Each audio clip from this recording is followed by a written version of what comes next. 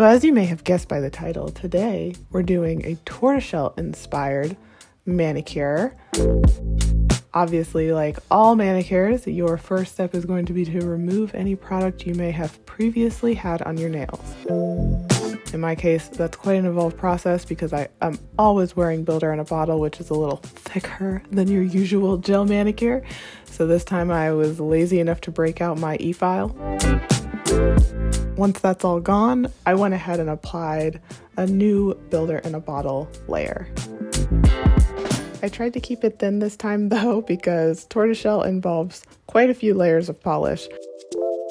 In fact, I actually had to file this a little bit at the very end before top coating it because it ended up being borderline polish mountain.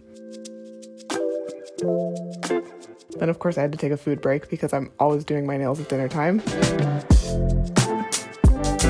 So after this is cured, you want to remove that sticky layer and give it a little bit of a buff, then wipe off all that nail dust.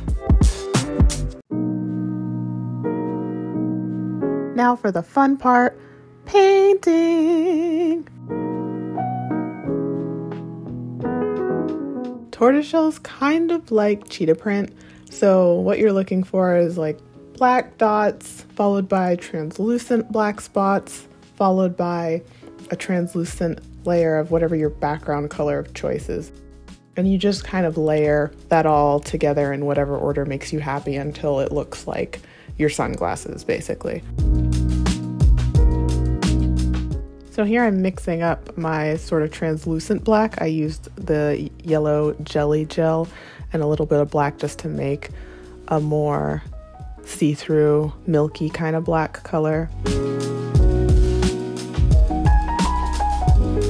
And on my first nail, I started with the opaque black spotting and then added the translucent black, but on pretty much every other nail, I switched it and started with the translucent.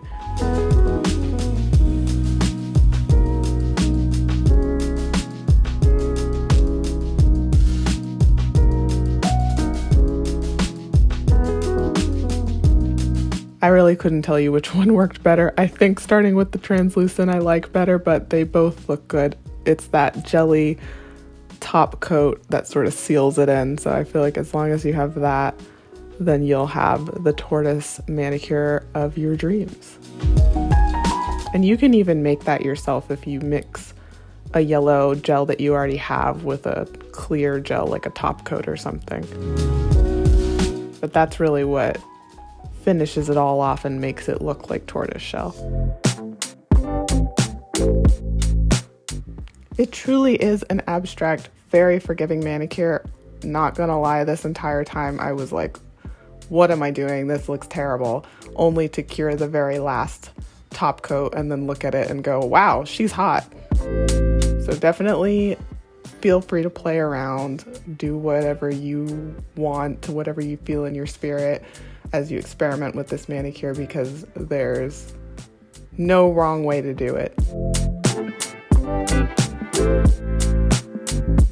And then for funsies, I did a matte black accent nail on my pinky. Fun fact, this is actually one of the very few manicures that I've ever repeated. So this is the second time I'm doing it, and I did it the same way with that black accent nail previously. I have a weird thing about repeating manicures. There's nothing wrong with it. I just always want to try something new. It was impressively challenging to do this manicure, however, despite the fact that I have done it before. So I might have to repeat manicures a little bit more often so I can actually get good at them. But yeah, that second hand went way faster despite being my non-dominant hand that I was painting with, because once I figured out what I was doing on the first hand, then it was just a step and repeat. So cure that puppy after you put your top coats on, and of course we're going to use a cuticle oil like always. Make sure you rub that baby in and get the undersides of your nails as well as the top cuticle. And then you have your manicure.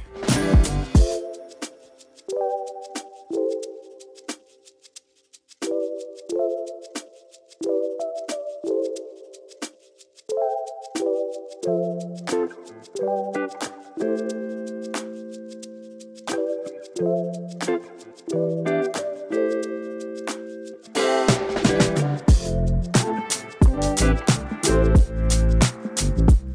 So thanks for watching, and I hope you enjoyed. This is the second nail video, so I'll link the first one in the description box or on the screen somewhere if you want to check it out. And it's one of many to come. And don't forget, I put out new videos every Friday, so I will see you next week.